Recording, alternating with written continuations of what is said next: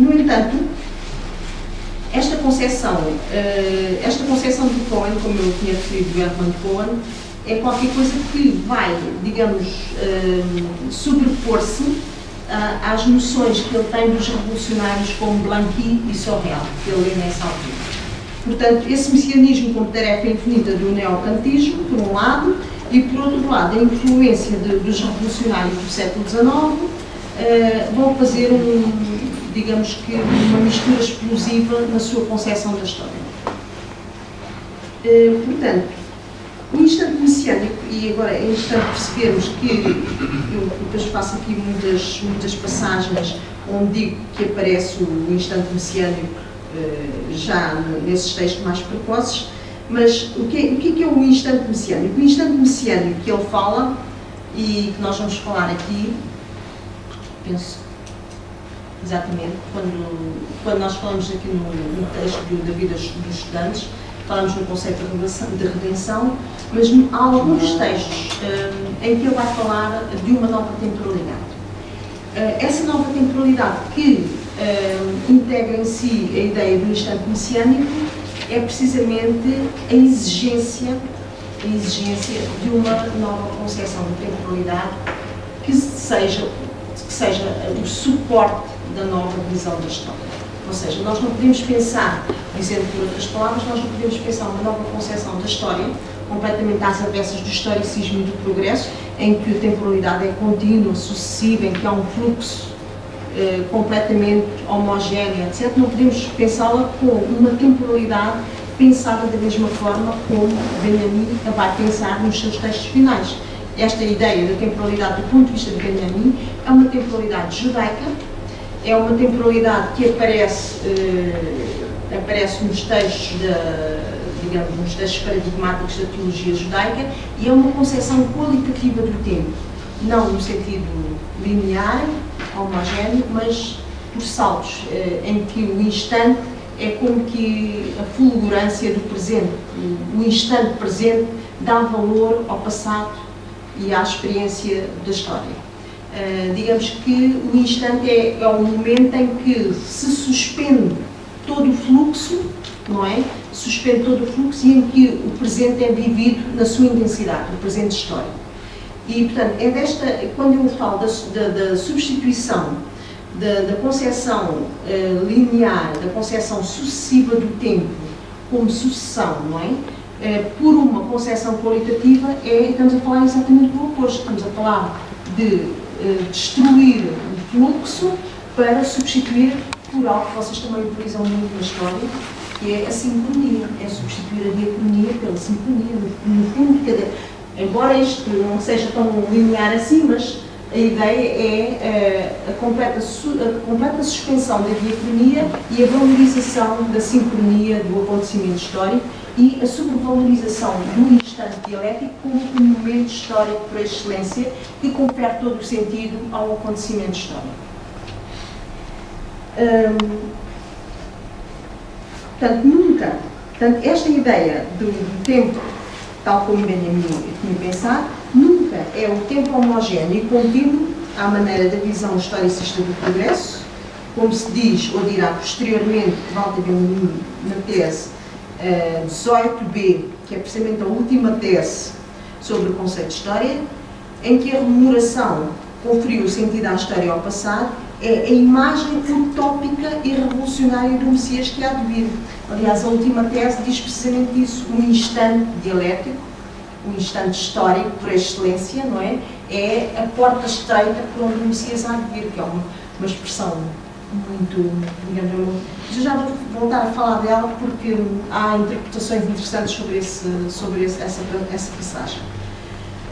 A porta estreita, quando ele fala da porta estreita, dizia-se que o Messias, de acordo com uma interpretação de Neemias do Talmud, o Messias não havia de vir pela porta espaçosa e larga, não é? Mas havia de irromper pela porta das ovelhas, a porta, digamos, a porta dos fundos, não é? E, portanto, é uma passagem tão estreita que ele teria que ser fulgurante e rápido o suficiente para rasgar o espaço. E neste sentido o que ele quer dizer é é de uma entrada que aparece como a surpresa total, o improvável. Porque pela porta larga nós estamos sempre à espera de ver aparecer as grandes figuras, não é? Nunca estamos à espera de ver aparecer o Messias pela porta das ovelhas. Penso que a concepção do tempo que aparece assim à luz do judaísmo é a concepção do tempo pleno. Ora, e portanto aparece aqui numa dupla vertente. Ora, como rememoração, ou seja, em relação ao passado, como um resgate do passado, e como veremos posteriormente, ou então como promessa, não é? Portanto, o tempo aparece aqui valorizado nas suas dimensões relativamente ao passado, como resgate do passado, como rememoração, como reatualização, e por outro lado aparece como uma promessa, como expectativa. E nesse sentido, este tempo confere todo o valor ao passado e ao mesmo tempo ao futuro. Não sei se também têm conhecimento, mas os hebreus não falam do futuro, têm perfeito desconhecimento do futuro. Não falam do futuro nesse sentido, falam do que há de vir, nunca o futuro como nós o pensamos, o futuro progresso. Nós falamos do futuro como progresso. E no Talmud, esta ideia do futuro é uma ideia, até porque na gramática hebraica o futuro não tem termo, não tem correspondente. É o que está para trás e o que está para a frente. Na gramática hebraica.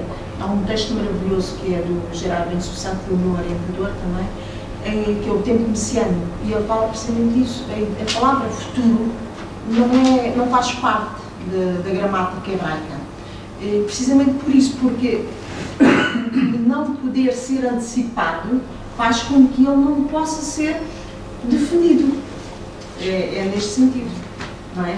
Pode ser uma projeção, pode ser uma antecipação, podemos falar dele como o que há de vir, o que é um termo que aparece muito também na Lansol, eu acho que vejo aqui muitas coisas comuns em relação à Lansol, mas nunca aquilo que nós prevemos e podemos, com tanta segurança e com tanta arrogância, nós fazemos constantemente. Amanhã vou fazer isto, depois de amanhã vou fazer aquilo, daqui a 3 ou 4 anos, isto não faz parte do vocabulário deles.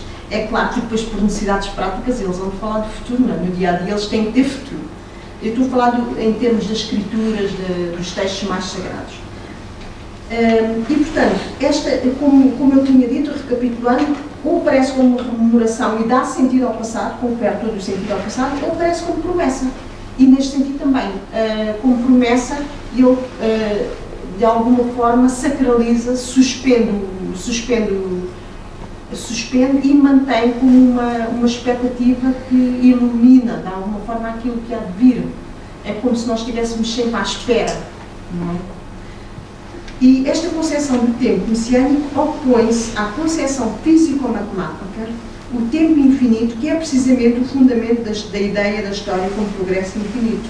Portanto, é exatamente o oposto da concepção da temporalidade tal como ela aparecia, que era a física newtoniana, que é o tempo como fluxo regular e contínuo. E a distinção entre a visão histórica do ponto de vista do progresso e do ponto de vista judaico-messiânico decorre precisamente desta concepção da temporalidade que lhes é intrínseca. A simultânea presença no pensamento de Benjamin de uma desconstrução da história do ponto de vista do progresso, paralelamente à construção de uma nova perspectiva, em que o tempo aparece como tempo cheio, é algo que se desenha claramente, também parece que só aparece no texto sobre o conceito de história, mas isto é falso, porque também já aparece nos textos de 1913 e 1914. Há um texto que é a Metafísica da Juventude, em que ele fala do conceito de tempo messiânico como sendo a base do texto do diário. Aí, Benjamin refere-se à dimensão espiritual da tradição, remetendo para a possibilidade messiânica da redenção. É o silêncio e a linguagem como essencial e não comunicativa que se constituem como o património deste tempo messiânico.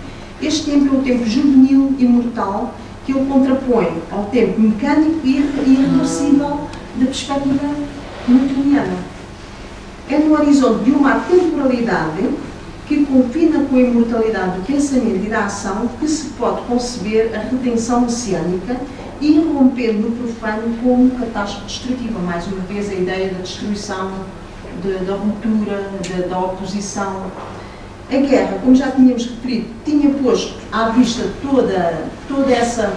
Reparem, quem nos chamou a atenção, ou aquele acontecimento que chamou a atenção para a necessidade da ruptura e para as fissuras da história foi precisamente a guerra. Portanto, a guerra como, digamos, como um elemento que mostra a falência do sentido da história. E, portanto, ao mesmo tempo aponta para uma outra visão da história como ruptura. Portanto, neste sentido, a guerra teve este mérito como apontar um caminho, mostrar um caminho que já não é possível seguir e apontar um novo caminho.